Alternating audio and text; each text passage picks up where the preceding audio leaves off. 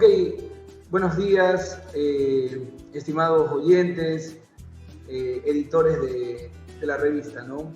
Es para mí un honor como editor en jefe de Retos aquí en Ecuador darle la palabra al doctor Antonio Sánchez Bayón, quien tiene amplia experiencia en ciencias económicas, en ciencias administrativas, así como también posee doctorados en economía y ciencias sociales. Aparte, el doctor Antonio Sánchez Bayón es nuestro editor en jefe internacional de Retos, que aprovecho el momento para indicar que nuestra revista, gracias al trabajo suyo, doctor, en la parte de difusión y selección de artículos, también ha alcanzado la indexación Scopus. Con el presente evento queremos dar, en primer lugar, presentar el artículo y luego, doctor, para que usted nos comparta su ponencia y nos ayude con más conocimiento para fundamentar la ciencia. Doctor, tiene la palabra. Pues muchísimas gracias, Jorge. Lo único que, claro, en tu cariño y aprecio, como buen amigo, pues me has puesto ya el título de doctor en economía, que aún no, ¿no? Tengo que defenderlo. Lo que sí que soy es doctor en Derecho, en Teología, en Humanidades y en Filosofía. Pero todo se andará, todo se andará. Bueno, en cualquier caso, muchísimas gracias. Gracias a todos los presentes. Voy a intentar... Y bueno, sobre todo a Retos por la oportunidad de dirigirme a todos ustedes, y voy a intentar que les merezca la pena este ratito de reflexión juntos. El tema elegido, aunque es verdad que el número en curso de Retos pues tiene que ver con la gestión de nuevas organizaciones, nuevos tipos de empresas y quizás más pensando en la economía digital. Sin embargo, este va a ser un planteamiento histórico-económico, y la idea es incluso pues, analizar críticamente en el sentido tradicional filosófico de cuáles son los límites del conocimiento disponible, y por tanto revisarlo, no vaya a ser que estemos asumiendo cuestiones que sean erróneas y por tanto pues se requiera de un giro hermenéutico. Esto es un cambio de interpretaciones, de planteamientos, de recuperar otro tipo de teorías, de enfoques, y con ello una revolución copernicana que significaría, bueno, pues toda la desviación acometida. Lo que hay que hacer es retrotraerse al momento previo a dicha desviación y volver a restablecer ese camino de descubrimiento, de conocimiento a compartir entre todos. Bueno, pues el tema, como les digo, es las utopías estadounidenses, ¿de acuerdo? No nos vamos a quedar en el concepto tradicional, escolástico, de utopía, que viene del griego, justamente de aquello que aún no tiene lugar, que no tiene un lugar en la realidad, sino que nos sirve de modelo, de espejo de cómo debería ser pues el tipo de ciudad ideal, reino ideal, etcétera, etcétera. Bueno, pues en este caso vamos a utilizar la segunda acepción, que es más estadounidense, que es justamente esos lugares de frontera. En inglés se dedicaron muchísimo a la hora de explicar todo lo que es la teoría del desarrollo estadounidense. Incluso se habló de una literatura de la frontera. No border, que es el espacio físico, sino frontier, que es los límites justamente psicológicos de conocimiento, de civilización.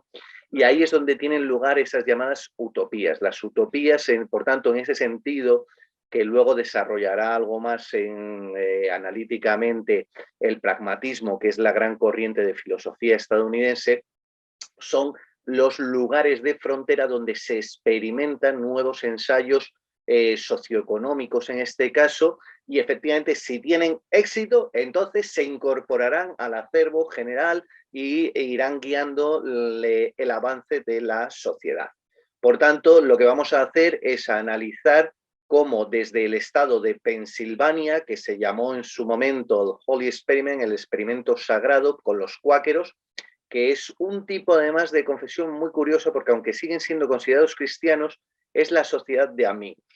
Y estos no tienen dogmas, no tienen jerarquías eclesiásticas, no tienen apenas ritos ni cualquier elemento que distraiga, La atención, la religiosidad se entiende en relación con la comunidad, con Dios, pero sobre todo hay un ejercicio de espiritualidad personal muy importante. O sea que en ese sentido ya nos van adelantando esa idea que también se va a manejar en lo que se va a explicar hoy, y lo crean o no, bueno, pues Estados Unidos tiene un origen anarcocomunista, ahora lo vamos a ver, y efectivamente como anarquistas, como protoanarquistas, tenemos a estos cuáqueros y desde Pensilvania pues se va a ir forjando, van a venir empresas religiosas que van a ir colonizando hacia el oeste, luego vendrán ideológicas también, vamos a compararlas, la eficiencia, la sostenibilidad de ambos modelos, y van a ir dando lugar a los estados de Ohio, Indiana y finalmente Illinois. Estos 4 estados de Estados Unidos es lo que se llaman los territorios del oeste, luego ya vendrá el medio oeste, el lejano oeste, etcétera, etcétera. Y estos son muy interesantes y comprenden, para que se hagan ustedes una idea, el tamaño vendría a ser pues como España y Portugal juntos, quizá un poquito más, ¿no? Más de 650.000 metros cuadrados a colonizar, con estas experiencias de nuevas empresas que, ya les digo, rompen con el mercantilismo previo, rompen con la servidumbre, rompen con los modelos incluso de sociedad que se manejaba hasta entonces, donde tenías que responder con todo tu patrimonio y te jugabas mucho. Bueno, pues incluso terminará dándose modalidades poco a poco justamente a las stocks, ¿no? A las acciones, etcétera, etcétera. Así que vamos allá con este viaje, con ese camino hacia el oeste y a descubrir pues todas esas experiencias, todas esas empresas colonizadoras. Ya les digo, el punto de partida, a ver qué les parece. No sé si se está viendo ahora en pantalla.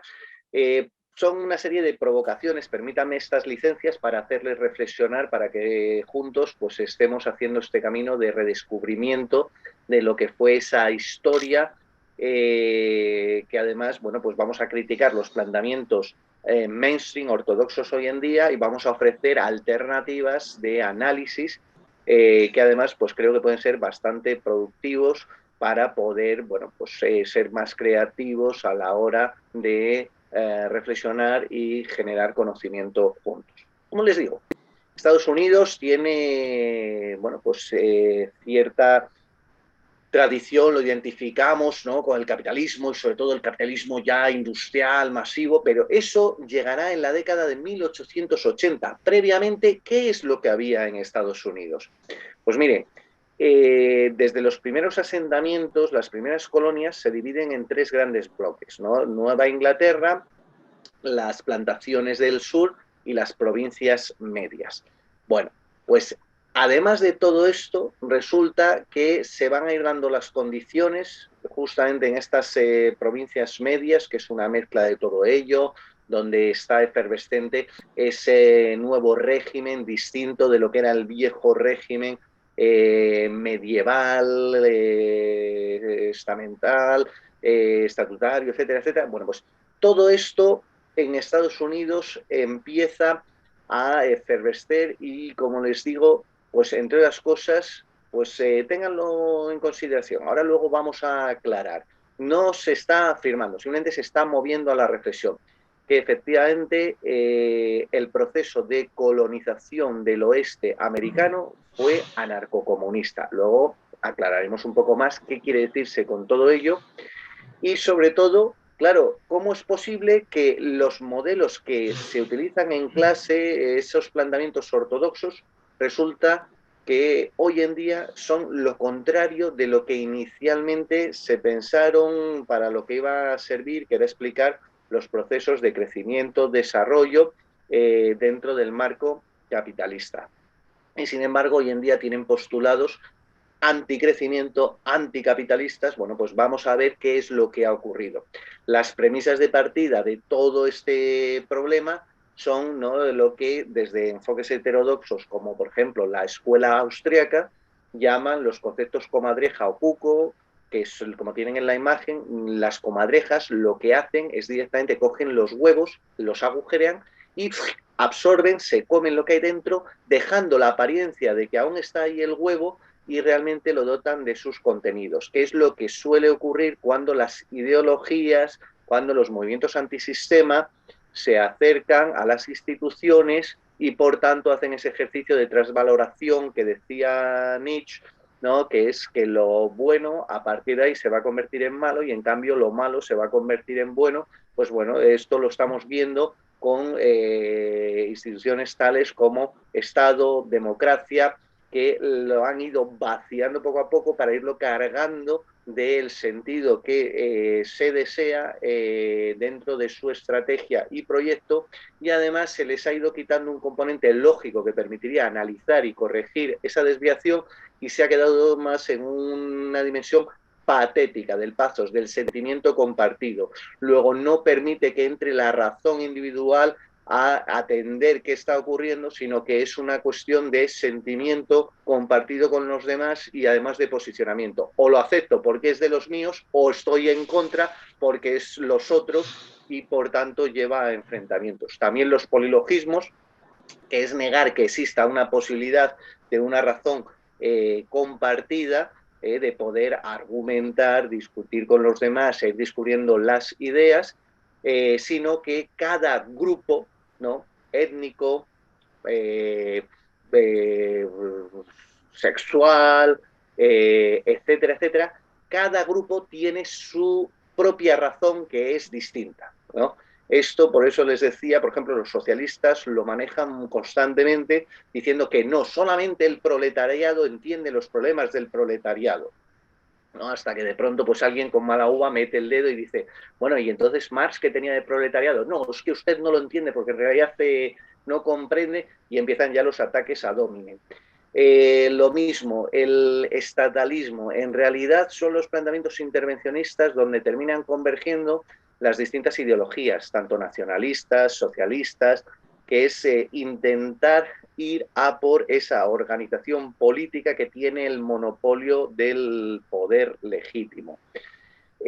Por tanto, en ese sentido, también vamos a ver aquí, vamos a explorar cuestiones que hasta ahora se descartaban. Por ejemplo, hay nuevas corrientes de pensamiento político, como son los anarcocapitalistas, siempre se les critica y se les dice, bueno, lo que estáis predicando nunca ha tenido una experiencia real. Bueno, pues sí, vamos a verlo, se podrían considerar casos, ejemplos anarcocapitalistas, justamente estas empresas colonizadoras privadas, puesto que el Estado no estaba aún, el Estado simplemente había fijado el marco normativo para todo lo que son las Land Acts, Farm Acts y sobre todo las Homestead Acts, y a partir de ahí ya resulta que se van a encargar la iniciativa privada de ese proceso de colonización del oeste, ¿no? De estos 4 estados que hemos dicho.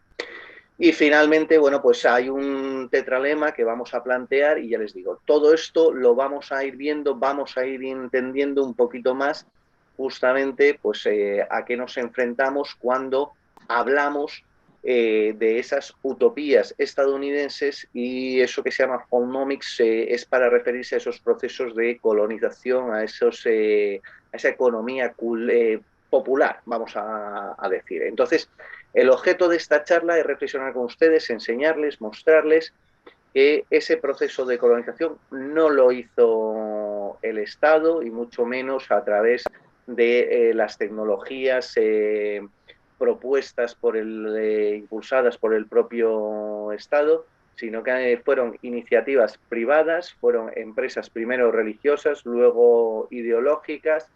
Vamos a entrar en esa paradoja de cómo es posible que esas empresas religiosas, llegando antes y con menos inversión, resulta que son las más productivas, las que más duran en el tiempo, a diferencia de las ideológicas que llegando más tarde son las primeras en desaparecer y además partían con un mayor desembolso, un mayor respaldo económico. Pues vamos a analizarlo. Y ya les digo, se parte además de la hipótesis de alguien que lo vivió en su momento y además era uno de los primeros grandes teóricos del socialismo en Estados Unidos, como fue Hilkett, ¿no? En su texto de 1907. Ahí tienen distintas fotos de estas experiencias que vamos a ir viendo esa clasificación, la vamos a ir conociendo juntos y, por tanto, lo primero de todo, como les digo, el problema detectado, pues es que, miren, en realidad, hoy en día, para poder conocer y entender mejor nuestro presente, ya que el futuro nos resulta incierto, lo único que podemos hacer es ayudarnos del pasado, ¿de acuerdo? De modo que nos pueda orientar un poquito más hacia dónde ir, pues con ejercicios de proyecciones, previsiones e incluso conjeturas. Como les digo, ya terminó ese tiempo de los tecnócratas, de esas seguridades dentro del Estado-nación, el cual, bueno, pues por eso los teóricos de la globalización, los sociólogos de la globalización, decían que vivíamos en sociedades líquidas de riesgo. ¿Por qué? Porque las normas e instituciones con las que nos manejábamos y que nos daban seguridad en las relaciones, porque sabíamos que siguiendo dichas pautas, los resultados que íbamos a tener, bueno, pues estas, como han entrado en caducidad, porque a su vez habían sido tuteladas por el Estado-Nación, el cual también entraba en caducidad. Claro, el problema es que no terminaban de llegar las nuevas normas e instituciones, lo cual nos generaba esa incertidumbre.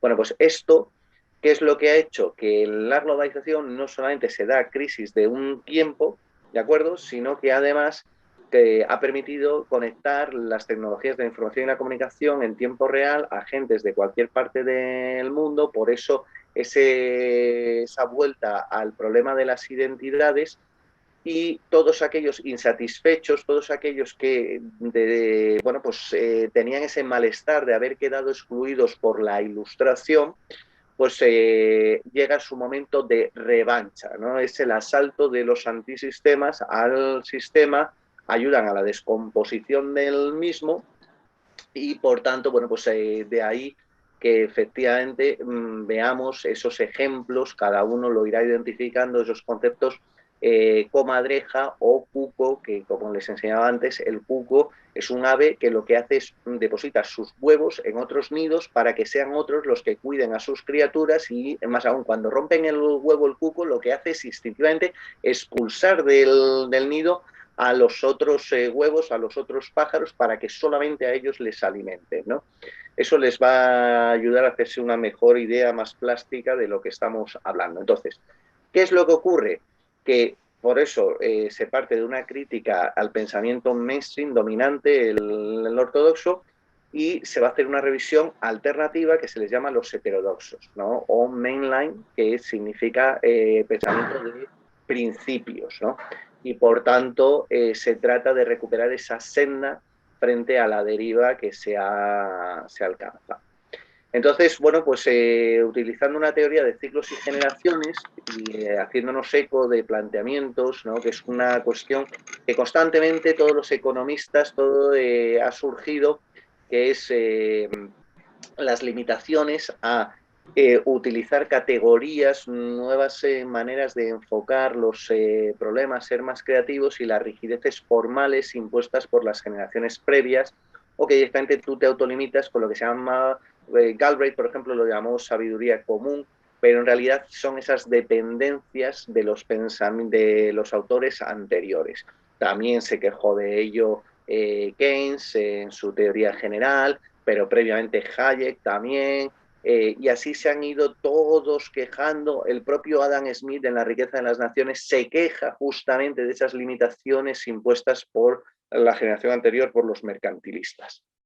Entonces, ¿cuál es la situación actual que nos dificulta realmente tener una idea clara y que ha permitido la distorsión que hoy en día se sostiene y se sigue estudiando en los distintos manuales? Primero, la esterilidad del positivismo formalista. Dentro del positivismo ha habido distintas corrientes, la que hoy en día sigue predominando es la formalista. Y lo hemos llamado de manera muy resumida la síntesis neoclásica. ¿De acuerdo? Por tanto, esta lo que pretendía era el pensamiento de la economía de los neoclásicos, pues un poco más matematizada y tendente a modelos de equilibrio, pues que se pudiera combinar con los intervencionistas. Los primeros intervencionistas son los keynesianos y luego vendrán los monetaristas, ¿de acuerdo? Entonces, los conceptos KUKO en este sentido, pues vienen por los neo-keynesianos, o llamados también los chicos del MIT, ¿no? Porque es ahí donde se van a estar formando. Es una universidad, más que universidad, es una escuela de ingeniería que luego va creciendo y termina entrando también a impartir pues, estudios de ciencias sociales, entre ellos la economía, ¿no? En Sloan, etcétera, etcétera. Bueno, pues ahí vamos a tener premios Nobel de Economía, como Samuelson, al cual bueno, pues recibió el apoyo de Solow y de otros tantos, así hasta gente como Mankiw, que luego pues, es referente en Harvard, también, si no mal recuerdo, estudió allí Krugman, y otros tantos, ¿no? Hizo su doctorado influyendo aquí en la economía europea Draghi, que hasta no hace mucho fue el presidente del Banco Central Europeo y hoy en día pues, está intentando poner en orden las finanzas en Italia. Bien, todo esto se lo cuento porque realmente lo que se ha hecho ha sido directamente en la construcción de estos modelos que se han intentado matematizar, alejándose de la realidad. Acuérdense, el propio Friedman, ¿no? En sus ensayos de economía positiva, lo que dice es que prefieren modelos que sean más predictivos que realistas. ¿De acuerdo? Por tanto, ya les digo que, por ejemplo, casi toda la economía que explica Samuelson, pese a ser uno de los grandes referentes de manuales de economía, que él, por cierto, la tesis la tuvo que sacar en humanidades, era un programa de humanidades, porque estamos hablando del año 47. Aún no se había desarrollado. Los de las pocas universidades de Estados Unidos que sí que tenían doctorados de economía, pues estaba la de Chicago, pero Harvard aún no lo tenía propio. Entonces, como les digo, a la hora de construir esos modelos teóricos, pues resulta que se tiende a un reduccionismo y luego además ciertos anacronismos.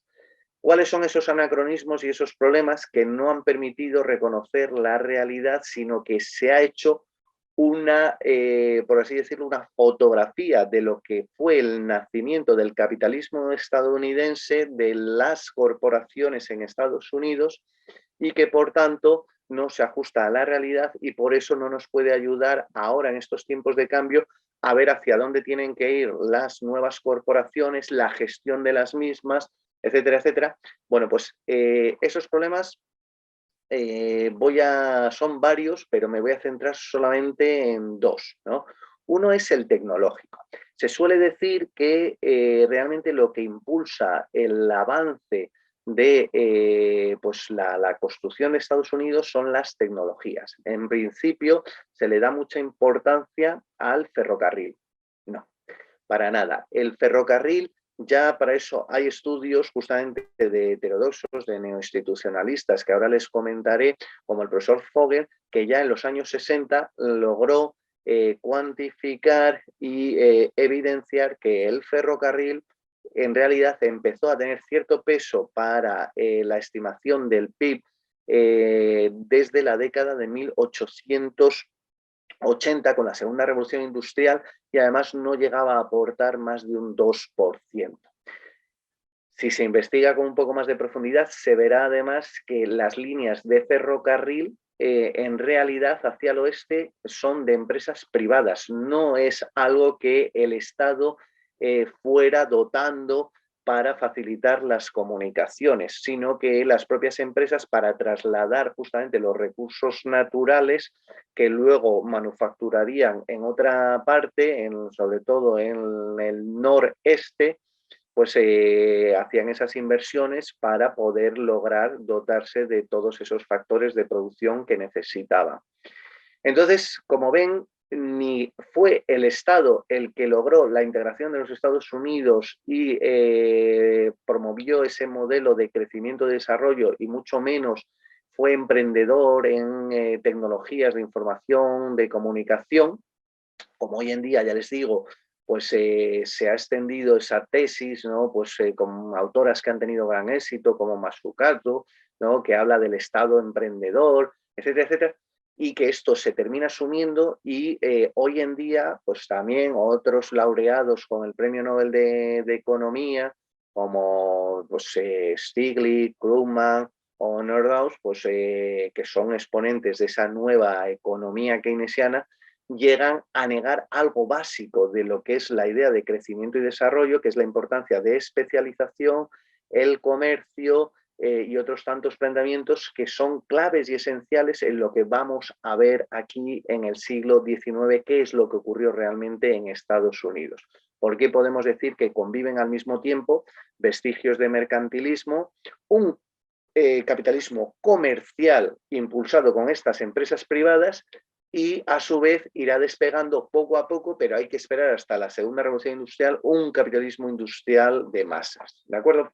Venga, pues vamos entonces, vamos juntos y por eso entenderán ahora que para poder hacer esta revisión acudamos a, de un lado, por eso también se suele confundir cuando se habla de los enfoques heterodoxos, suele pensarse planteamientos de economía socialista o más reducidamente marxista. No, para nada. Y además de los que nos vamos a hacer eco hoy aquí es la economía austriaca y por otro lado la economía institucional, que son además coetáneas en el 19 con lo que estamos viendo y estamos estudiando juntos.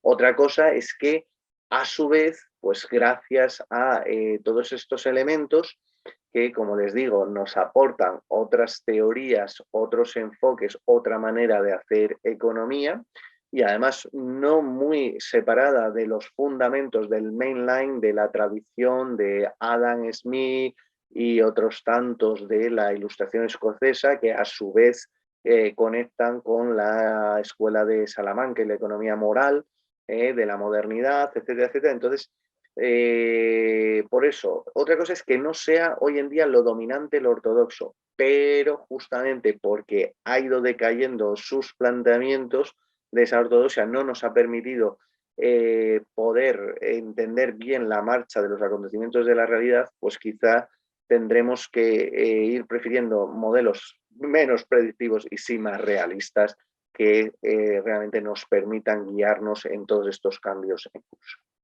Bueno, pues vamos a ver, ya les digo, sobre todo planteamientos de economía austriaca y de la nueva economía política. Y todo ello además se ha ido combinando en una disciplina que también les daré alguna nota, que desde los años 70 ha tenido bastante éxito, que es Religion and Economics, y que ha vuelto otra vez a ser relevante y que nos permite combinar todos estos enfoques, más otros de economía cultural, y se tiende en puente así con la investigación cualitativa y por tanto pues las teorías fundamentadas y otras tantas cuestiones.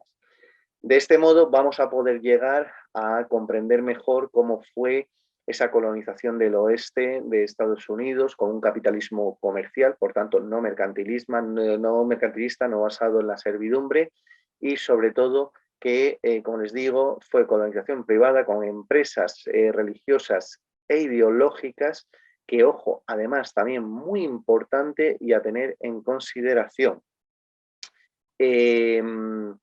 Estas empresas, de acuerdo, resulta que en forma de granjas o talleres comunitarios permitieron dotar de los víveres y de los excedentes que facilitaron el avance de otras empresas colonizadoras, a su vez que también ayudaban a dar impulso y emergencia de ese proceso de capitalismo industrial, sobre todo en la zona del noreste, como les decía.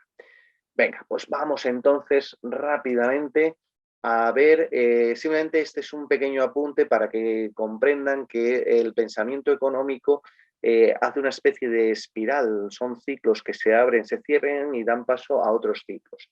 Por tanto, lo que en un momento es el pensamiento dominante para una generación, a su vez es cuestionado porque se considera que ya llega un momento en que no es productivo, no permite hacer avanzar el conocimiento, se recupera en esa línea de fundamentos de mainline y por tanto estos mainline terminará siendo el pensamiento convencional ortodoxo mainstream para la siguiente generación y a su vez se irá planteando otras alternativas para cuando esto falle o no dé más de sí, pues entonces de ese modo pueda darse la renovación o la continuidad sin grandes conflictos y tensiones. De ahí que, como les decía, pues si con los clásicos terminarán dominando el planteamiento de los utilitaristas, pues mientras tanto resulta que estarán los institucionalistas y los marginalistas serán los que tengan más éxito y por tanto se convertirán en el mainstream de los neoclásicos, la escuela de Lausiana, con Walras y compañía y los modelos matemáticos de equilibrio tomados de la física, y mientras tanto la escuela de Cambridge con Pigou, con Keynes y otros tantos, pues resulta que terminarán convirtiéndose con su modelo de World for Economics en el mainstream intervencionista de corte fiscalista, por tanto una mayor intervención del sector público, con gasto público, con déficit público, con mayor deuda pública, etcétera, con intervenciones contracíclicas, hasta que esto falla en los años 70 y es entonces cuando toma la alternativa a los monetaristas, ¿no? Superando así la estanflación, y luego estos, con la gran recesión del 2008, pues volverán los neokeynesianos, y estos a su vez pues ya no sirven sus recetas para la crisis del COVID y la guerra de Ucrania, y entonces ante esa situación, por eso es por lo que aquí se invita a acudir a todas estas otras corrientes mainline o heterodoxas, y no tanto los socialistas, que en Occidente no han sido relevantes, sino que, por ejemplo, lo que se llamaba en la Guerra Fría el segundo mundo, que era el mundo socialista, pero el problema es que no atienden a criterios de economía de mercado, sino que es planificación, que eso es parte del problema que ahora les voy a mencionar. Bien, a la hora de analizar y poder entender el éxito, fracaso, mayor o menor eficiencia, mayor o menor sostenibilidad en el tiempo de todas estas empresas, por eso utilizamos estos criterios heterodoxos, ¿no? La escuela austriaca lo que nos ofrece es, por ejemplo, el teorema de Mises. El teorema de Mises, que ya se ha enunciado en 1920, lo que nos está diciendo es que hay una imposibilidad del cálculo económico, sobre todo con el socialismo, puesto que como se debe a planificación centralizada, no permite que se den los intercambios y con ello una fijación de precios. Luego, si no hay precios, pues difícilmente puede haber ni mercado, ni saber lo que realmente pues, cuestan las cosas, cómo se valora. Por tanto, estamos negando elementos económicos como es valor, utilidad y, por tanto, también eficiencia.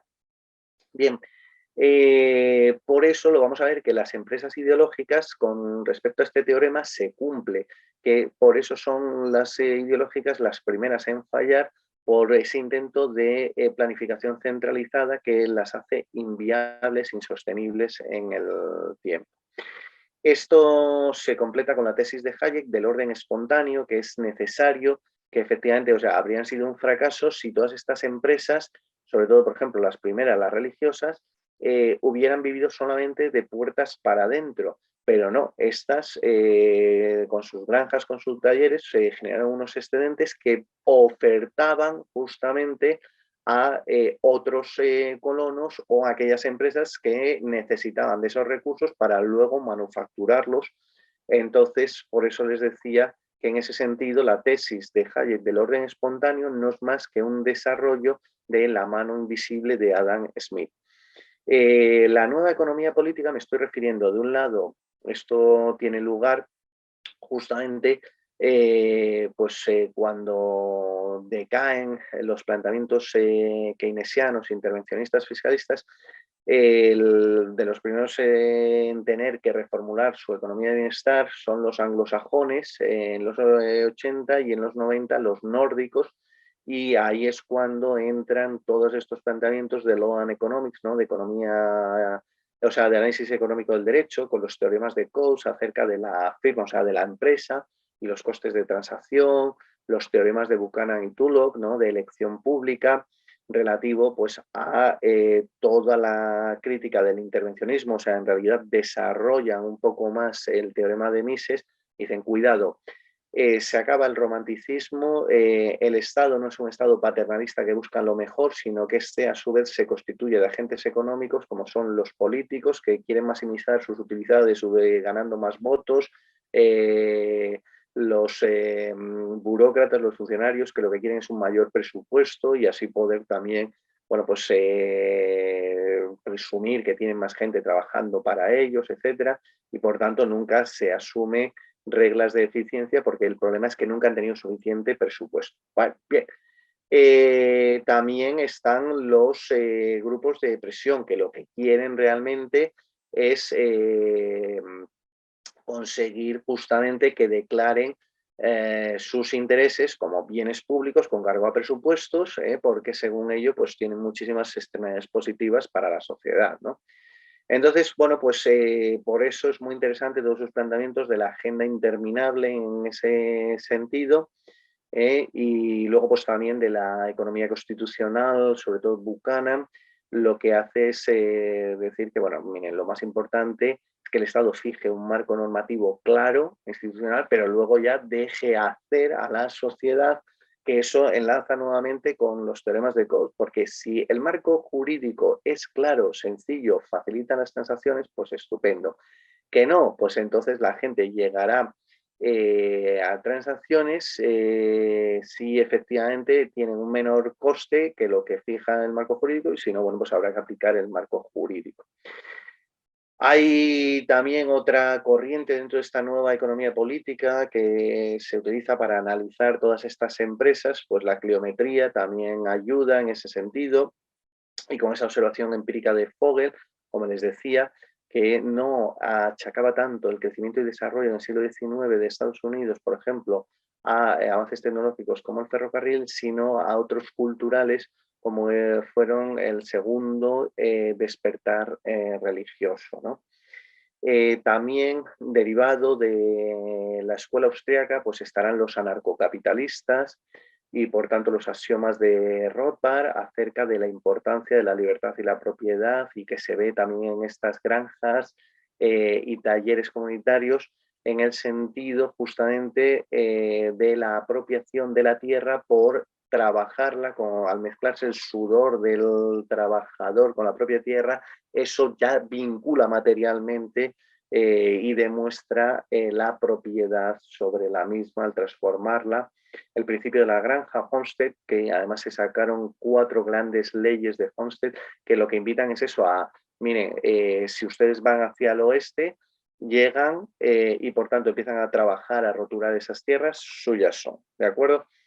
Y además ya hay elementos, si uno coge La riqueza de las naciones de Adam Smith, ya lo dice en el libro 4 de Economía Política, en el capítulo 3, justamente explica que eso es una de las claves del éxito de las colonias americanas.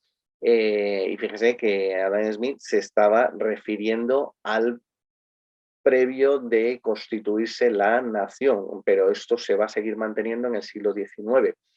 Bueno, la riqueza de las naciones es de 1776, pero ya se dice ahí que efectivamente que lo que hay es facilidad de acceso a la tierra, pero hay una obligación de trabajarla porque si no se hace, entonces se puede perder y se le puede dar a otros colonos que sí que lo trabajen. Bueno, pues venga, vamos a ver realmente para este análisis de ese proceso de colonización a través de empresas privadas, se han utilizado fuentes primarias, ¿no? Sobre todo pues, las cartas mandadas entre Owen padre y Owen hijo, que es uno de los representantes del socialismo utópico. Él lo que hizo fue viajar a Estados Unidos y dejó a su hijo al cargo de este proyecto New Harmony, que se lo compró, fue una ciudad taller construida por los Rápitas, que ahora les voy a explicar esta comunidad religiosa que dio lugar a por lo menos 4 o 5 grandes ciudades talleres. Y, y bueno, pues como en menos de 2 años lo degradaron porque en vez de dedicarse a comprar, o sea, a contratar obreros, se preocuparon más, pues, por ejemplo, constituir hasta 4 periódicos en los cuales además se criticaba a Owen padre, toda esta intelectualidad sobrevenida, porque no había dedicado el 100% de su fortuna, sino solamente 3/5 partes, que era un capitalista explotador, en fin. Bueno, por eso las cartas entre padre e hijo, a su vez también Rapp, que es quien le vende a Owen esta ciudad taller, pero a su vez también las cartas de Cabot, ¿no? Que le pregunta a Owen cómo fue su experiencia, ya que él va a intentar también su proyecto ideológico en Estados Unidos, y además Cabot con Smith, Joseph Smith, el líder de los mormones, porque le va a comprar al final su ciudad taller, un poco más laxo, ¿no? Su ciudad de empresa de Naboo, ¿no? Y además los mormones, por los linchamientos y todo, terminan yéndose ya camino de Utah, pero le venden a Cabot, el cual, bueno, pues se va a ir amargando justamente por eso, porque va a chocar con esa piedra del problema de la inviabilidad, como decía el teorema de Mises, de la imposibilidad del cálculo económico en el socialismo, ¿no? En esa planificación centralizada coactiva. Bueno, también por eso les digo que se han utilizado los diarios de viajeros como Nordo, Keynes, incluso también ciertos, Noyes se le considera también uno de los padres intelectuales del socialismo en Estados Unidos, pero bueno, aunque se ha tenido en cuenta y se han contestado detalles, sobre todo él es que está sometido a esta investigación y es parte de la misma por su experiencia de Oneida, ¿no? De esa granja taller comunitaria de Oneida, que está entre laboratorios sociales y esos experimentos ideológicos, ¿no? Entonces, también se ha tenido acceso a todas las colecciones de sociedades históricas y finalmente, pues fuentes secundarias, revisándose todos estos planteamientos que se han ido instaurando y han ido ayudando a formar esa visión mainstream, ¿no? Sobre todo pues la generación de los progresistas, el matrimonio Bird, ¿no? Que son socialistas fabianos e intentan hacer una interpretación socialista de la Constitución en cuanto a las fuerzas productivas y a su vez también de la historia estadounidense. Y esto lo van a recibir esta influencia los escépticos, que son los que más han influido en el diseño de los manuales de historia estadounidense. Me estoy refiriendo a Justrade y a otros tantos, ¿no? Y sin embargo, al mismo tiempo que se iban asumiendo pues, todos estos errores conceptuales, ya iban siendo refutados por los enfoques heterodoxos anteriormente citados. Venga, vamos a conocer juntos entonces esa clasificación de empresas nuevas que se dan para colonizar el oeste de Estados Unidos. Bien, esa colonización va a haber 3 grandes categorías que a su vez se han fijado una serie de subcategorías, subgrupos, ¿de acuerdo? Y utilizando pues los criterios también de la investigación cualitativa, bueno, pues se ha ido saturando, se ha ido buscando ejemplos hasta que ya se ha visto que, bueno, pues más ejemplos no aporta más información, sino que va todo siempre en la misma línea, luego ya está bien fijada la taxonomía que se quiere exponer. Vamos a hablar de empresas religiosas, de experimentos secularizantes y de empresas ideológicas. Entonces, entre las empresas religiosas están las sectas disidentes, perfeccionistas, milenaristas. Todo lo que significa todo esto es que, uno, no están a favor de los planteamientos. Tengan en cuenta que en Europa hay una relación, una unión altar-trono, y por eso, bueno, pues la ruptura de dicha unión pues lleva a guerras de religiones, pero que en realidad son políticas, y muchos de los príncipes, reyes europeos lo que quieren es tener en control de su estado moderno para separarse del imperio, que es católico, del papado, etcétera. Entonces, por eso muchos de ellos por razones pragmáticas se vuelven protestantes simplemente por eso, para marcar diferencia y así tener el cumplimiento aquel de cuyo regio de ius religio, ¿no? Entonces, bueno, pues a su vez hay grupos que son disidentes y como son perseguidos, pues son minorías, bueno, pues en Estados Unidos van a encontrar un lugar. Las clasificaciones que se siguen aquí son tanto aquellos grupos renovadores trasplantados y los autóctonos. Les cuento. Resulta que el epicentro del origen de este tipo de empresas colonizadoras, como ya les comenté, era Pensilvania, con los cuáqueros que ya tienen ciertos elementos anarquistas. Resulta que se han encontrado 10 grandes tipos que se pone la fecha de 1812 porque, bueno, pues ahí es cuando tiene lugar la guerra entre ya los recién constituidos Estados Unidos y Gran Bretaña para quedarse con los territorios del oeste y finalmente en ese sentido Estados Unidos no va a tener problemas para hacer esa incursión desde Pensilvania hacia Ohio, Indiana, etcétera, porque en realidad pues los conflictos están más con los territorios hacia Canadá, y bueno, pues entonces, como les decía, en este sentido, pues lo que tienen en común todas estas que se citan aquí, los Dunkers, los Shakers, los Rapidas, es que son grupos que no disponen apenas de capital, ¿de acuerdo? Son muy pobres porque a diferencia, como les decía, de lo que se venía experimentando hasta entonces, el mercantilismo, que la corona concedía una explotación, un monopolio en exclusiva a ciertas compañías, ¿no? La de Londres, la de Plymouth, etc. Y tenían, por tanto, el monopolio de ese comercio con las colonias. Bueno, pues aquí no. Los cuáqueros van a tener su propia naviera y lo que van a hacer es, bueno, pues invitar a aquellos que puedan pagarse el pasaje, o sea, que sean personas libres, sin deudas, que se puedan pagar el pasaje y que puedan comprar hectáreas para cultivarlas, porque si no, efectivamente las perderían los territorios. Entonces, bueno, pues se les va a dar facilidades para poder colonizar. Los cuáqueros no es que sean almas caritativas, pero sí les interesaba traer población, mano de obra cualificada, talentosa, porque había que alcanzar un número de habitantes para poder ser declarado Estado y, por tanto, en ese sentido, tener un amparo jurídico y una autonomía. Entonces, en ese sentido, las que se plantean aquí, sobre todo los Shakers, los Rapidas, los Samanitas, estos eran terriblemente pobres hasta el punto de que fueron becados en el viaje por los cuáqueros y sin embargo, y hasta se les prácticamente, no solamente se les da el terreno, a diferencia del resto que se les cobraba testimonialmente, no llegaba a una libra la hectárea, era terriblemente barato la adquisición de terreno. Era algo testimonial, pero simplemente porque lo que se quería es que se trabajara, ¿no? Y que aumentara la población, la productividad, todo.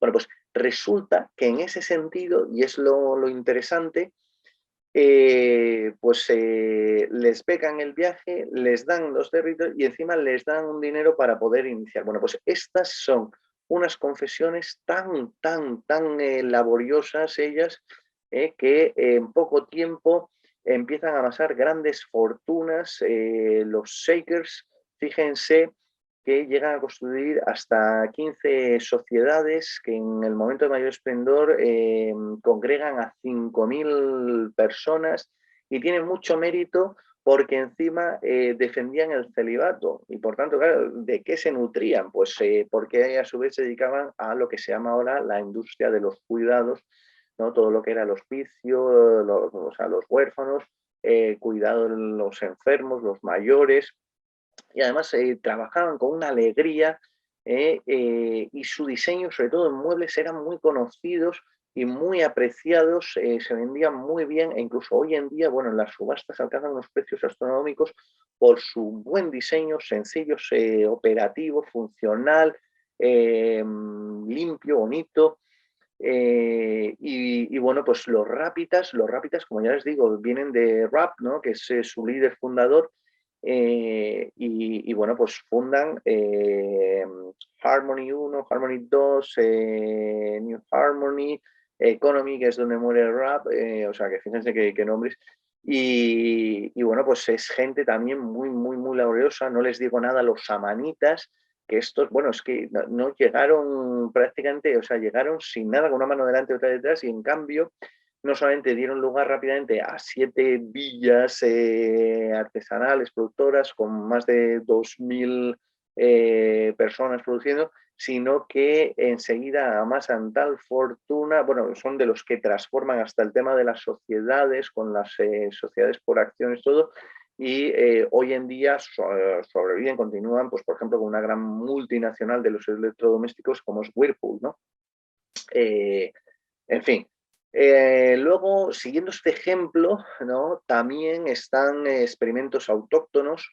Ten en cuenta que todas estas además rompen claramente con vestigios aún europeos de pobrismo, porque por ejemplo, cuando llegan los luteranos, tienen problemas muy gordos, y no les digo nada a los calvinistas, hasta que no cambian de mentalidad, porque además otro de los errores es, esto viene por culpa de Weber, de pensar que el protestantismo favorece el capitalismo. No, no, no, es el capitalismo el que favorece la libre competencia de confesiones protestantes que florecen, etcétera, etcétera.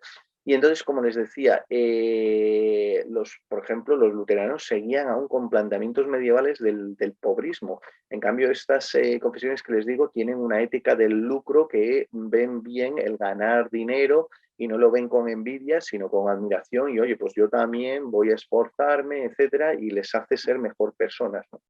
Entonces, bueno, dentro de las confesiones de las empresas religiosas autóctonas, podemos citar los cristianos perfeccionistas, las sociedades de amigos universales. Ahí les destaco el caso, por ejemplo, unos adelantados a su época totalmente.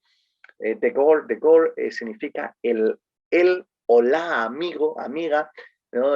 Porque resulta que fue un ministro de culto de apariencia andrógina, el cual, bueno, pues tiene una enfermedad tremenda, y bueno, pues una vez superada, él dice que ha muerto y ha resucitado, y que por tanto ya no es ni hombre ni mujer, sino que es un ser que fluye, ¿no?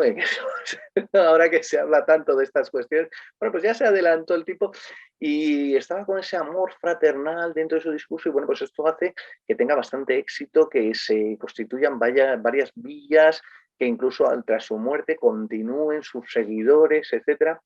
Noyes, que les dije que es uno de los padres intelectuales del socialismo en Estados Unidos, bueno, pues tiene el experimento de Oneida, que además pues fue muy apreciado a todo lo que ofrecían también, incluso de joyas, y sobre todo de orfebrería, del trabajo de la plata, etcétera. ¿No? Y también tenía sus intereses, porque veremos que también en estos experimentos sociales y económicos, pues también se buscaban otro tipo de intereses. Igual que les he dicho que los Shakers eran tendentes a el celibato, la abstinencia, etcétera. En cambio, ellos querían matrimonios complejos, ¿no? No es ni siquiera la poligamia que también les menciono aquí de los mormones, sino que era otro tipo de experimentación, pero ya les hablaré incluso en los modelos mixtos, porque hubo hasta comunidades intencionales de vida simplemente para la experimentación sexual y todo, unas cosas tremendas, ¿no?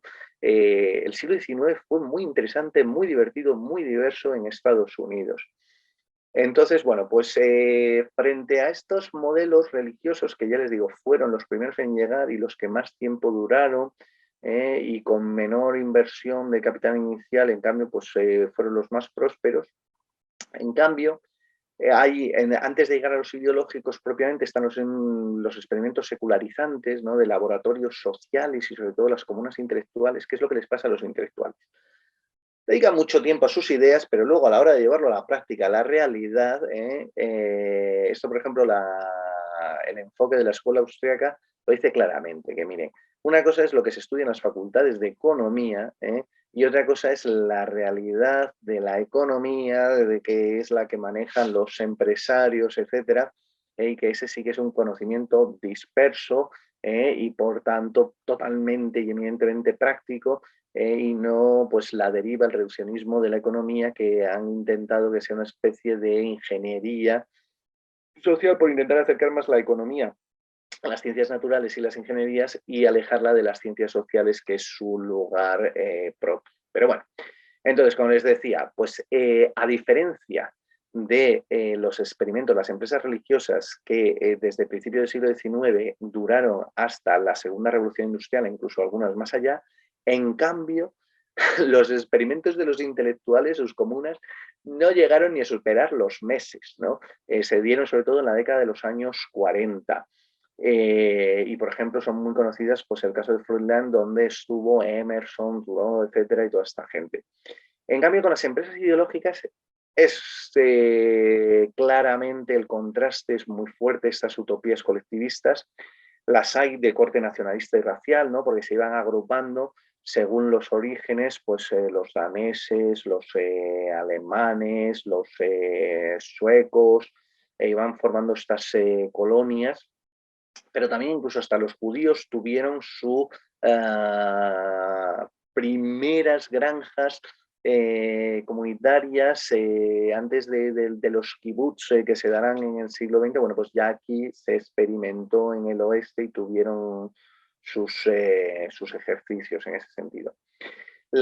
Hay hasta 6 tipos, 6 grandes tipologías, y los socialistas también tienen 6 grandes tipologías, tienen su mayor apoteosis entre la década de 1840 y 1860, justo además con la guerra civil estadounidense entre medias. Y bueno, podemos citar el caso de los icaristas, ¿no? Con Cabot, que como les decía, era un modelo de socialismo masón, fue carbonario, ¿no? Estos masones lo que trabajaban era desde dentro de la administración para desarticularla. Cabot tuvo mucho éxito porque vendió un libro que era Viaje a Icaria, por eso se le va a llamar a su proyecto Los Icaristas. Y claro, él tuvo el siguiente problema.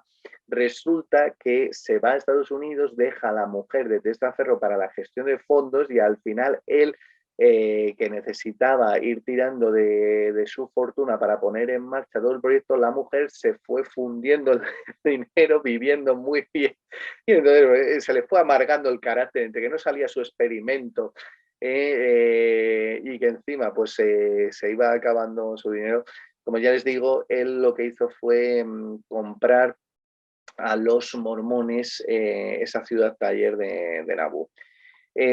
Owen ya les he adelantado igualmente, no solamente gastó su fortuna personal, sino la de su suegro con el Real Banco de Escocia, etcétera, y fue un desastre porque dejó al cargo como gestores a intelectuales, ¿no? Que ya les digo que su hijo lo primero que hizo fue rodearse de una intelectualidad que les preocupaba más sacar adelante periódicos que no contratar trabajadores. Y cuando Rapp volvió para que le dieran los últimos pagos, ¿no? Porque Rapp, bueno, fue brillante, ya les digo, por eso esa laboriosidad y ese saber, ¿no? Lo que dicen ellos, el alertness, ¿no? De la escuela austriaca, de estar atento a los negocios, fue capaz de comprar por $300 de entonces el terreno, más todo lo que tuvo para hacer los edificios, etcétera, pagar los salarios. Bueno, pues le costó $300 New Harmony, y se lo vendió a Owen por $135,000. O sea, nada mal el negocio. Pero el pobre se le caían las lágrimas cuando llegó 2 años después y vio que aquello se estaba cayendo a pedazos porque nadie se estaba molestando en el mantenimiento de las instalaciones. Un desastre, ¿no? Otra cosa es que esta tradición, bueno, pues intentaron volverla a experimentar, las abuelitas, e incluso llegaron a hacer en California más tarde, etcétera. Pero bueno, de los fourieristas, pues se llegaron a unos 40 foresterios. Hubo por todo el oeste, incluso hasta en el lejano oeste también hubo experimentos más tarde. Hubo socialistas fabianos como los Berry, pero bueno, esto conecta con los experimentos también, las comunas intelectuales, con nuevos modelos de educación, etcétera, y que no fueron adelante. Ya les digo, el promedio de estas empresas ideológicas no venían a superar los 4 años. No funcionaban más allá. Y los mixtos, porque mezclaban pues, nacionalismo, socialismo, como los georgistas, ¿no? Que además lo apostaban todo por el factor tierra. Eh, y bueno, pues también dentro de la corriente del anarquismo individualista estadounidense, pues hubo los experimentos de Utopía y de Modern Times y otras tantas. Hubo hasta comunas de veganos, de amor libre, etcétera, etcétera. Bueno, aquí tienen unas pequeñas imágenes para que puedan identificar, ya les digo, este es un fragmento de los cuáqueros, de sus textos fundacionales de Pensilvania, donde dicen frases de corte anarquista tan interesantes como que los gobiernos necesitan más de los ciudadanos que los ciudadanos de los gobiernos. Y por eso los gobiernos deben tratar con respeto, rendición de cuentas a los ciudadanos, etc. Aquí tienen en la segunda línea a los rápidas, ¿no? En sus bailes y que sigue habiendo, se recuperaron pues, por las sociedades históricas y se ven justamente las imágenes, ¿no? de esto de que hoy en día pues, se puede visitar como museos. En la tercera línea lo que pueden ver es un grabado de cómo fue la ciudad taller, ¿no? de New Harmony, que hoy en día pues también se puede visitar, o Fruitlands, que fue la comuna de los intelectuales y alguna foto que se sacaron.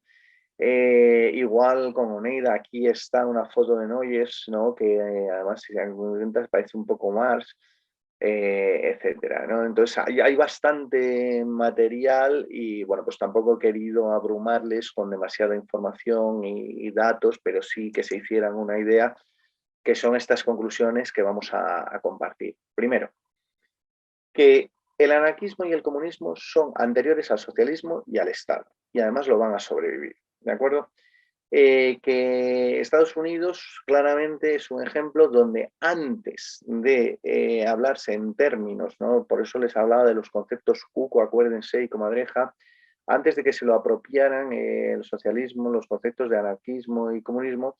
Sin embargo, está el anarquismo filosófico. Acuérdense que les he hablado del American Individualist Anarchism, ¿no? Que predominó en el siglo XIX, pero es que antes que ellos fue el anarquismo religioso. Y este anarquismo religioso siempre se da porque justamente por choque con el Estado, que pretende hasta meterse en las creencias religiosas, por eso estos defienden la separación iglesia-estado, etcétera, etcétera. Resulta que también, ojo, lo ponen en común, pero porque son sociedades reproductivas con mucha escasez, pero a medida que van creciendo esto se va superando.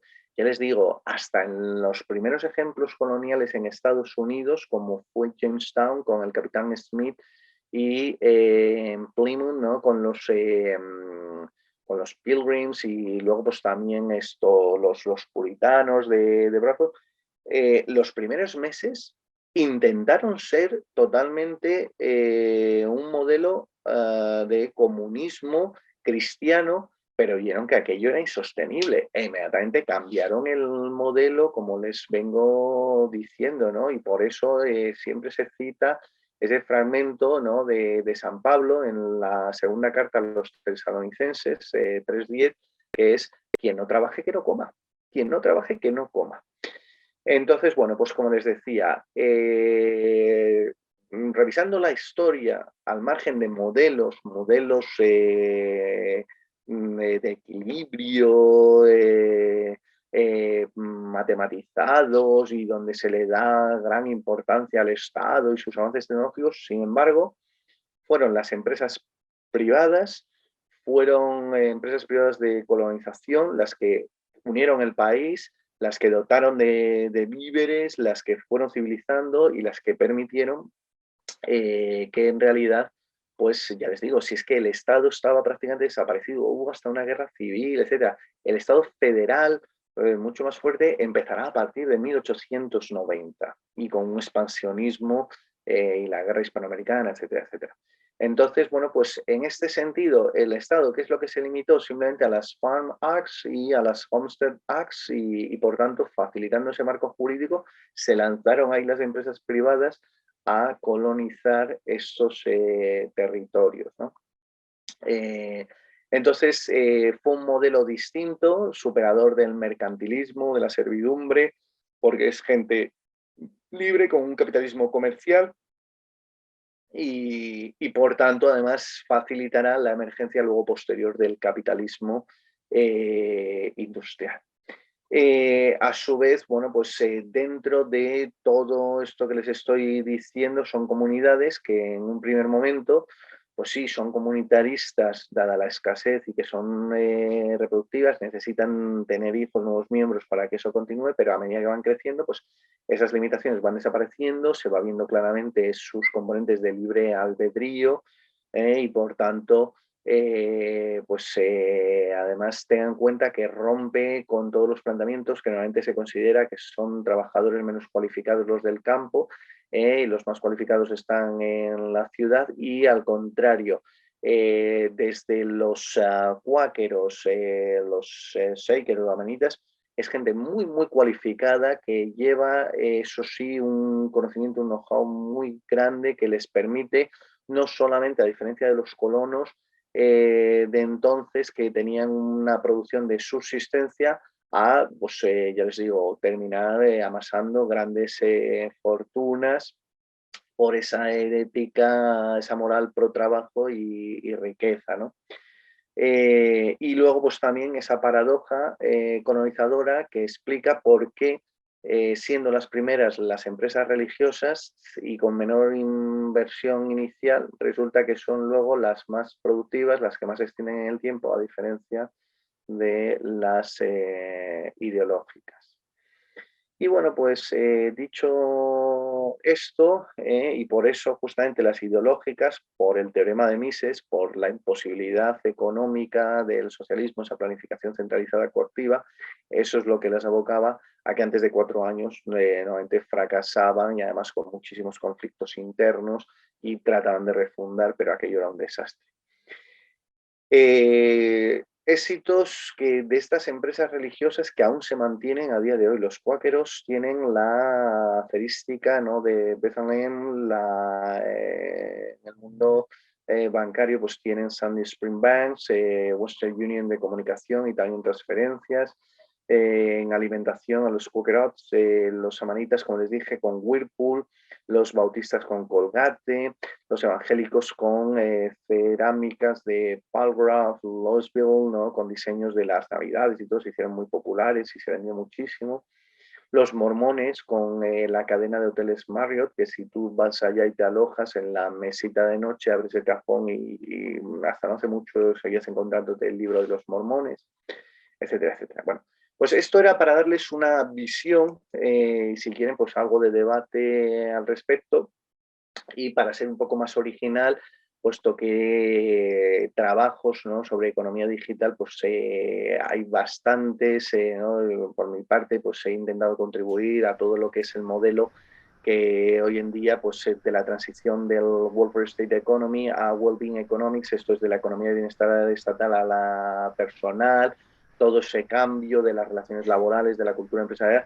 Yo lo he trabajado bastante y me interesaba más pues ofrecerles otros elementos de discusión y así pues echar un vistazo hacia atrás, hacia el pasado, qué nos pueden ofrecer, entrar en ese debate de si realmente ha habido experiencias o no anarcocapitalistas, por qué se han desviado los planteamientos mainstream y qué nos pueden aportar los planteamientos heterodoxos, cómo es eso de una colonización con empresas privadas y la diferencia entre aquellas religiosas, ideológicas, etcétera, etcétera. Bueno, pues yo hasta aquí he llegado. Muchísimas gracias por su atención y quedo a su disposición. Sí, doctor. En primer lugar, muchísimas gracias por su exposición que nos aporta una visión diferente en la administración de las ciencias administrativas y económicas, ¿verdad? En la gestión de las ciencias administrativas y económicas. Tengo, profesor, varias preguntas que han hecho los asistentes vía, Facebook, que estamos transmitiendo también en vivo. Una primera pregunta que ya parece la respondió, sin embargo la voy a realizar. Dice, ¿por qué cree usted que las empresas religiosas han tenido una mayor sostenibilidad que las empresas ideológicas? Eso nos comenta Héctor Mena. Jorge, ¿cómo hacemos? ¿Voy comentándote o...? La Sí, respuesta sí, es sí. relativamente rápida, que en realidad no todas las religiosas, sino las religiosas que han sabido abrirse y adaptarse al capitalismo han ido mejorando y han sido prósperas. Esto es, aquellas que sí se han mantenido como sectas, esto es, encerradas en sí mismas, fracasaron y desaparecieron, como les pasó a los calvinistas, luteranos, hasta que estos mismos no se reforman y se abren y por tanto empiezan a participar. Luego lo que ocurre es que su comunismo es de compartir, pero se sabe que hay responsabilidades personales y libertad personal y hay iniciativa, hay creatividad y por eso, a diferencia de los otros experimentos que vienen desde la cúspide hacia abajo, que son las ideológicas, que es una planificación centralizada coactiva, en estas granjas comunitarias y talleres comunitarios de corte religioso, primero, la participación es voluntaria y libre. Y cada cual ya sabe y tiene que rendir cuentas no solamente a la comunidad, a Dios, a todo y sobre todo a sí mismo y por tanto además asumen distintos papeles porque a su vez que trabajas y te encargas de tal parte del huerto, te encargas de la biblioteca o te encargas de labores de herrería, etcétera. Entonces es gente que no ve el trabajo como un castigo, como sí ocurre, por ejemplo, en el socialismo, que lo llegan a identificar con con una máquina de tortura, como en el tripalar, etcétera, etcétera, sino que vuelven a estas ideas de el trabajo, la laboriosidad como una manera de realizarte, mejorarte como persona y redención y ganarte el más allá, etcétera. No, y esto sustenta, doctor, a autores autores contemporáneos, ¿no? Con esto de la gestión del talento humano, si lo hablamos en la actualidad, ¿no? Que todo sea voluntario, que todo sea espontáneo y que el colaborador vea el trabajo como un medio para desarrollarse profesional y personalmente. Justo, tú lo has dicho, el talento, si es que viene también de esa tradición judeocristiana, la parábola de los talentos, viene de ahí, de cada uno que vaya desarrollando aquello que mejor se le dé, no solamente para sí, sino porque beneficia a los demás y porque tendrá que rendir cuentas en el juicio final, pero sacándolo de ese contexto religioso, llevándolo, justamente de eso se trata. Esto es, en vez de ser recursos humanos que se nos entiende como piezas de un mecanismo porque se entendía en el capitalismo industrial que en realidad en la cadena de producción se empotraban a las personas y además se nos daba una formación supervisada, si no directamente ofertada por el Estado, donde éramos piezas intercambiables porque teníamos todos la misma formación y nos dedicamos a replicar el resto de nuestra vida siempre haciendo las mismas tareas. Bueno, pues justamente la economía de bienestar personal, ahora con la economía digital, no ese well-being economics, lo que hace es apostar por el talento, el desarrollo del talento y la intensificación. Y tienes que desarrollar las capacidades tecnológicas. Por eso cada vez más nos va a ir sonando una expresión que son las guerras de talento. Esto es, no es como decía Keynes, ¿no? El paro tecnológico, porque no íbamos a ser capaces de adaptarnos a toda esa transformación, iba a desaparecer los trabajos y no seríamos capaces y que las máquinas nos quitarían el trabajo. ¿Qué va? Hoy en día realmente gracias, o sea, hay trabajos que van quedando obsoletos, pero van surgiendo otros nuevos y además por cada avance tecnológico implica 4 nuevos trabajos o tipos de trabajos, que es el diseñador de esa maquinaria o aplicación, el que la desarrolla, el que la aplica y el que tiene que estar supervisándola para que funcione. Entonces, ahí es lo interesante y sí, se pueden tomar lecciones de estos hechos históricos porque, entre otras cosas, vuelvo otra vez a lo mismo. En ese momento, el éxito de todas estas empresas es por ese talento humano, porque a diferencia de los que se quedaban en la ciudad, que sí iban a desarrollar ese capitalismo industrial, estos eran altamente talentosos.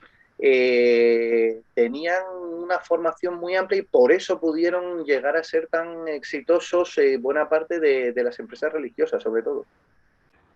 Sí, no, entonces yo me quedaría, doctor, con la parte de que el trabajo debería ser voluntario, ¿no? Voluntario, y en el momento que es voluntario no lo veo como una obligación y sumamente importante si es que consideramos que esto se vivió hace muchísimos años atrás y se debería aplicar en la actualidad, y sobre todo, como usted le ha expuesto, que las empresas religiosas se han fundamentado en este punto como uno de los pilares para su éxito y sostenibilidad en el tiempo. Y un ejercicio que deberíamos hacer todos, que es examinar hacia nuestro interior y decir, a ver, ¿no? Desde un punto de vista religioso sería, a ver, Dios, qué gracia me ha dado, qué talento me ha dado y por tanto lo voy a poner a trabajar para mí, para los demás. Pues es lo que tenemos que hacer realmente. En vez de en el capitalismo industrial y en esa masificación, lo que te avalaba era un título exterior dado por una universidad. No, no, ahora lo que tienes que hacer en realidad es decir, ¿en qué soy bueno? De modo que lo puedas trabajar y no va a ser un trabajo, porque en realidad vas a vivir de tu afición, de aquello que te gusta, que sabes hacer, que los demás valoran, de eso vas a vivir realmente. Muchísimas gracias, doctor. Permítame, le hago otra pregunta de los asistentes. Dice textualmente, tengo una pregunta, doctor Bayón. Me parece un poco raro que Estados Unidos no haya sido impulsado económicamente por la tecnología. Por favor, ¿pudiera ayudarme explicando un poco? Yo asumo que el asistente pregunta en función de que usted puso de que estas empresas colonizadoras fueron ellas las que empezaron con el desarrollo del ferrocarril, las líneas del ferrocarril. Entonces, asumo que va por ese lado. Y no el Correcto, Estado. sí, que no es el Estado quien coloniza ni las tecnologías impulsadas por el Estado. Y que luego, aparte es que, ya te digo, por eso remito a los estudios de Fogel, el Premio Nobel de Economía, ¿no? Junto con Nordor, eh, por lo siguiente, porque en realidad, vuelvo otra vez a lo mismo, el tren, por ejemplo, en sí, no implica nada, va a tener un poco más de importancia una vez ya demos el salto al capitalismo industrial, pero lo que va a marcar la diferencia es ese talento, es que de pronto está llegando capital humano a Estados Unidos a colonizar el oeste. ¿De acuerdo? Por tanto, vuelvo otra vez a lo mismo. O sea, realmente, ¿qué es lo que hace rico un país? ¿Sus recursos naturales? No, porque si encima son abundantes, no hay sensación de escasez ni esa utilidad, por tanto, hasta se puede convertir en una maldición, porque uno no se esfuerza, etcétera. Las instituciones, entonces, claro, ¿qué es más importante? Las ideas, las instituciones, bueno, hay una discusión muy importante, tal, pero en realidad lo que se necesita es justamente, se decía, ¿no? Que, vamos a ver, en el capitalismo comercial lo importante era tener un excedente para poder intercambiar. En el capitalismo industrial lo importante era la intensificación en capital, tener más maquinaria, más producción. En el capitalismo desarrollado lo importante era las instituciones, respetar los contratos, la propiedad privada, que te diera seguridad, etcétera, etcétera. Pero para el capitalismo de talento que se prevé, se termine de implantar ahora para Horizonte 2030, lo más importante es el talento humano. Ojo, no el talento tal y como lo entendían, pues por ejemplo, gente como Gary Becker, que era demasiado práctico para el uso profesional. No, no, no, no, no. Hoy en día necesitamos gente que sepa descubrir y poner a trabajar, a rendir su talento, porque entre otras cosas, mire, las máquinas nos van a quitar todo el trabajo tedioso, y no solamente las máquinas, sino la propia programación, ¿de acuerdo? Por eso todo aquel trabajo que sea reiterativo, que aporte poco valor, etc., va a ser sustituido no por máquinas, sino por programación. ¿Vale? Ya lo estamos viendo en las distintas oleadas. Bueno, pues lo más importante va a ser el talento, y ese talento tiene que ver con nuestra dimensión humana. Por eso, sí, hombre, está muy bien estudiar deep learning, machine learning, todo esto está muy bien, pero también filosofía. ¿Por qué? Porque las máquinas, la programación va a terminar procesando mucho más rápido que nosotros, pero en cambio necesita que haya humanos que les vayan enseñando ese proceso para que ellas mismas vayan aprendiendo.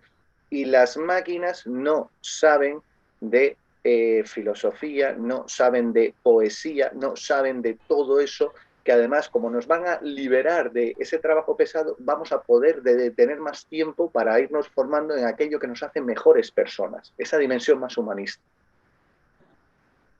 Sí, excelente, doctor. Muy interesante esta exposición que usted nos está dando. Permítame la última pregunta. Dice textualmente, según el concepto de comadreja, o cuco, ¿siguen existiendo gobiernos actuales que rigen bajo ese concepto? ¿Existe una nueva ideología o sistema que lo haya suplantado? Sí, el socialismo en su momento ya intentó suplantar la democracia en la Guerra Fría y lo llamaban democracias populares, ¿no? Frente a las democracias liberales. Hoy en día lo llaman todos los movimientos antisistema que llegaron al poder con las identity politics, las políticas identitarias, todo lo que es el woke, ¿no? Todos estos despiertos, ¿no? De tanta preocupación de género, del cambio climático, de todo esto, pero a costa de crear una culpabilidad al resto de del prójimo, etcétera. Entonces, ¿qué es lo que ocurre? Que sí, ahora se habla de democracias plenas. ¿Y qué es democracia? Cada vez que tú coges al Estado, a la democracia, los derechos humanos, les metes otros calificativos, ya los estás distorsionando. Estás haciendo un ejercicio de no solamente polilogismo, sino de conceptos cucos, etc.